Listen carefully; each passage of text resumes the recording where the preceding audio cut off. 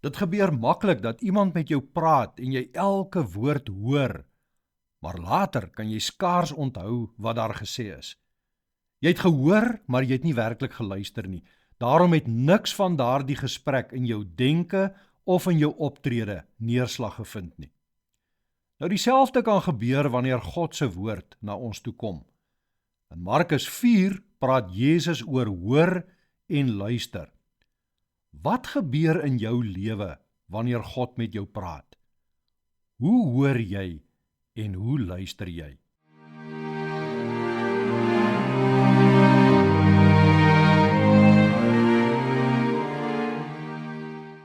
Goeienaand, baie welkom weer by ons aandgodsdiens.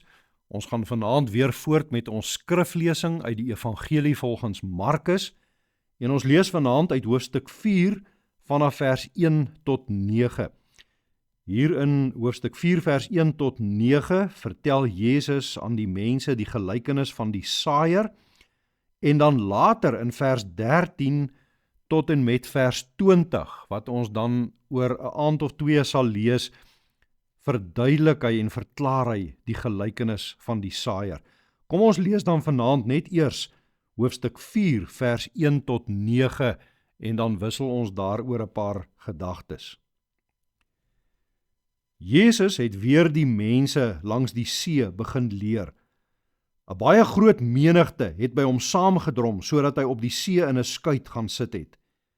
Die hele menigte was langs die see op die strand. Hy het hulle baie deur gelykenisse geleer.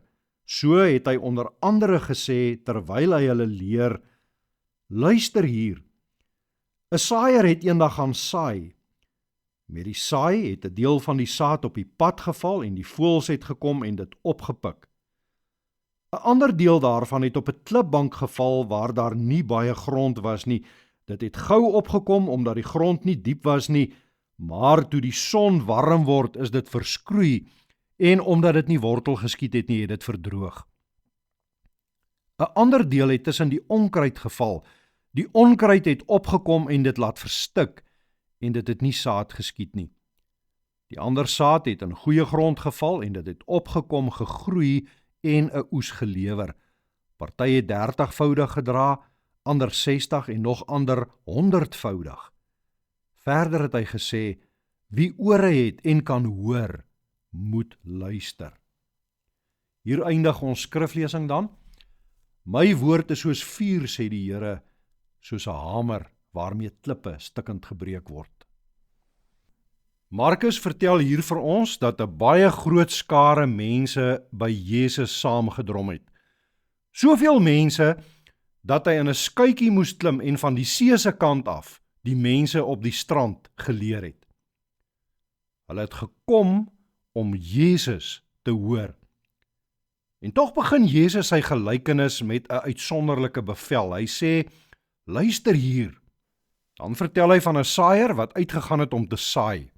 Van die saad val op die pad, ander op klipperige grond, ander tussen die onkruid en ander in goeie grond waar dit 'n baie groot oes oplewer. En wanneer Jesus klaar gepraat het, eindig hy weer waar hy begin het. Hy sê: Wie ore het en kan hoor, moet luister. Die hele gelykenis word dus deur hierdie een oproep omarm: luister. Nou wanneer ons hierdie gelykenis lees, kyk ons maklik net na die verskillende soorte grond en die betekenis daarvan. Later wanneer Jesus die gelykenis vir ons verklaar, dan verduidelik hy ook vir ons die betekenis van hierdie verskillende soorte grond. Maar voor hy dit doen in hierdie eerste gedeelte, plaas hy die hoorder eers voor 'n eenvoudiger, maar 'n baie ernstige vraag. Hoor jy werklik wanneer God met jou praat? Want jy sien, 'n mens kan hoor sonder om te luister. Jy kan ook die woord van God hoor sonder om werklik te luister. Jesus wys dit later in die hoofstuk as hy die gelykenis verklaar. Al die mense van wie hy praat, hoor die woord van God. Maar by sommige verdwyn dit. Ander ontvang dit selfs aanvanklik met blydskap en dan gaan dit ook maar verlore. Maar van die goeie grond sê Jesus dat hulle die woord hoor, dit aanneem en vrug dra.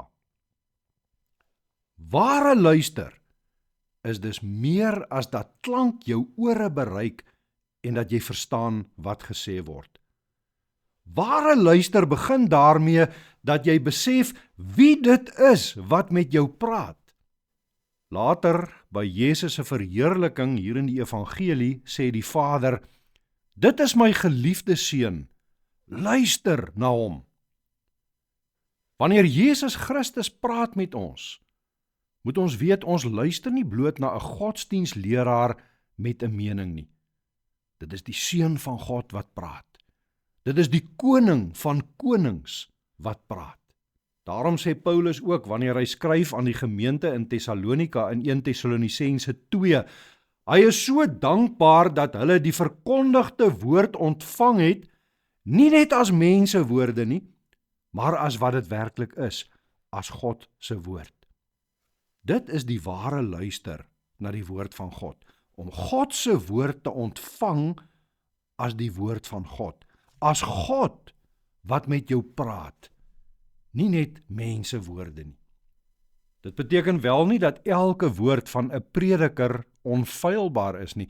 Prediking moet natuurlik altyd aan die skrif getoets word. Maar wanneer Christus getrou uit die skrif verkondig word, luister ek nie net om 'n mens se mening te hoor en te beoordeel nie. Ek luister om te hoor wat God in sy woord vir my sê. En daarom kan 'n mens eintlik sê, as jy na God se woord luister, luister jy van jou knieë af. Nou nie letterlik nie, maar dit beskryf die houding van jou hart. Jy staan nie bo die woord om te besluit wat vir jou aanvaarbaar is en wat jy nou maar laat vaar nie. Jy staan onder die woord. Jy staan gereed om te glo, gereed om te buig voor God, gereed om hom te gehoorsaam. Jesus sê, die wyse mens hoor sy woord en doen dit. En in die Jakobusbrief word ons ook gewaarsku om nie net hoorders van die woord te wees nie, maar werklik daders. Wanneer jy dus die Bybel oopmaak, wat wil jy hoor? Bevestiging van wat jy reeds dink? Iets wat jou gaan laat beter voel oor jou lewe en waarmee jy besig is in jou lewe? 'n Teks wat jou planne bevestig, wat pas by jou planne? As jy Sondag in die kerk sit, luister jy net na 'n prediker of vra jy, Here, wat wil U vir my sê in U woord? Daarom elke keer wanneer die woord van God na jou kom, luister van jou knieë af. Daar waar God jou sonde vir jou wys, bely dit. Waar hy beloof, word getroos daardeur, glo hom. Waar Christus jou roep, volg hom. Waar sy woord jou weerspreek, buig voor hom. Moenie net vra, wat het ek gehoor nie, vra, het ek gehoor wie met my praat? En het ek geluister? Amen. Kom ons bid dan nou saam. Hemelse Vader, aan die einde van hierdie dag buig ons voor U. Dankie dat ons lewens ook vandag weer in U hand was, dat U vir ons gesorg het, dat U ons bewaar het, dat U ons genade gegee het om voor U te kan leef.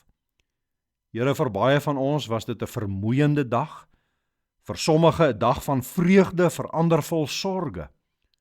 Sommige van ons het te veel werk gehad om klaar te kry.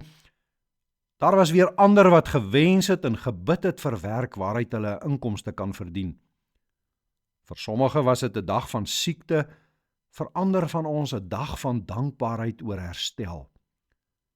Sommige is vanaand moeg van te veel mense om ons, ander voel weer die stilte en die eensaamheid swaar. Here, hoe hierdie dag ook al was, dankie dat ons nie vir een oomblik buite U hand was nie. Ons dank U dat U soos die saaier in die gelykenis ook U woord in ons lewe saai. U wag nie totdat ons onsself gereed gemaak het nie. U kom na ons toe en U praat met ons. Vader, gee ons daarom ore om werklik te luister. Laat ons in U woord hoor dat dit U is wat met ons praat. Gee ons harte wat bereid is om onder U woord te buig, wanneer ons hier luister, wanneer ons in die kerk sit, en wanneer ons ook self en alleen die Bybel oopmaak. Here, laat ons vanaand rus met die troos dat U nooit ver van ons af is nie. Ja, ook nou het U in U woord weer na ons toe gekom. Bewaar ons dan deur die nag, gee rus aan die vermoeides, vrede aan die bekommerdes, troos aan die eensames en krag aan die swakkes. Laat ons veilig rus in U hand, in Jesus Christus se naam. Amen.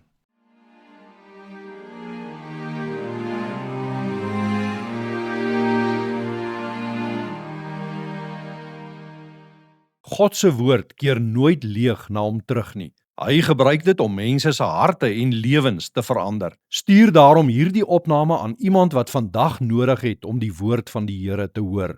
Vir nog Bybelvoorlesings en skrifgebonde woordverkondiging, volg gerus Gelowig op Pad op Facebook of YouTube of sluit aan by die WhatsApp kanaal waarvoor die skakel hieronder gegee word. Tot 'n volgende keer, vrede vir jou.